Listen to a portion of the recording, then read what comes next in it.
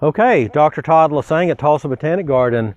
What better group of plants to talk about than redbuds? So we're here in front of a redbud called Oklahoma, which is a great selection that's been around for decades. Was discovered by an Oklahoma nurseryman in the wild in southwestern Oklahoma. But most of the redbuds that you see when you're driving around town are actually the wild type, which is just eastern redbud. So that's the species that goes from Oklahoma all the way east to the Atlantic seaboard. It's a little paler, kind of lavender pink color versus Oklahoma here, which has the darkest colored flowers of any redbud that we've yet discovered, and also has glossy leaves, which the eastern redbud does not. What a great group of plants though, for their spring flower, for their small size stature, really superior plant. If I had to have one plant I would grow in my yard, it would certainly be a redbud, and Oklahoma would be at the top of that list.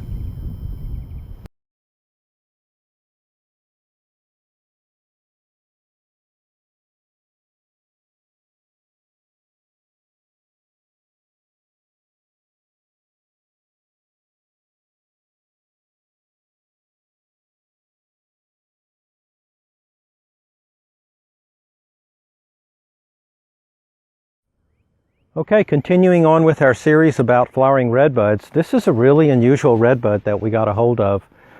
It actually was found by a friend of mine in North Carolina, and it's called bubblegum. So John Allen is the nurseryman in North Carolina, and he had received a plant from the J.C. Ralston Arboretum in Raleigh, North Carolina that was just listed as a redbud. It turned out to be a hybrid, and it produces gobs of flowers that are, if you actually would take a flower and put it side by side with the native eastern redbud we have here, the flowers are about 125-150% the size of the native redbuds. It's probably got two different Chinese species in its blood. Most redbuds are native to China. There's about 7 species in China and 3 more around the rest of the world. And it's just a lovely plant. I also like how it almost emerges with these kind of burnished gold looking foliage, which is a trait, but they quickly turn green, and the leaves are about twice as big as an average redbud. So it's called bubblegum.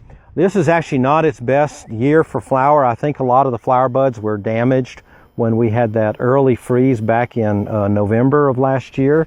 But what a delightful plant. The honeybees and the bumblebees are working it hard right now, and it's just a great redbud. So Cercis bubblegum is the cultivar, which is a great name.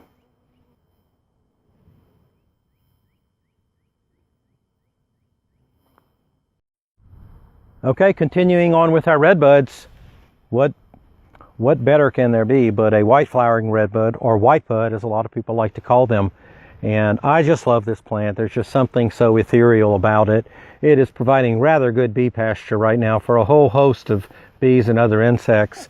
The white flowering form that we look at here is actually a naturally occurring variant of the eastern redbud. So you will find it very infrequently in nature, like 1 in a million trees will come up wild.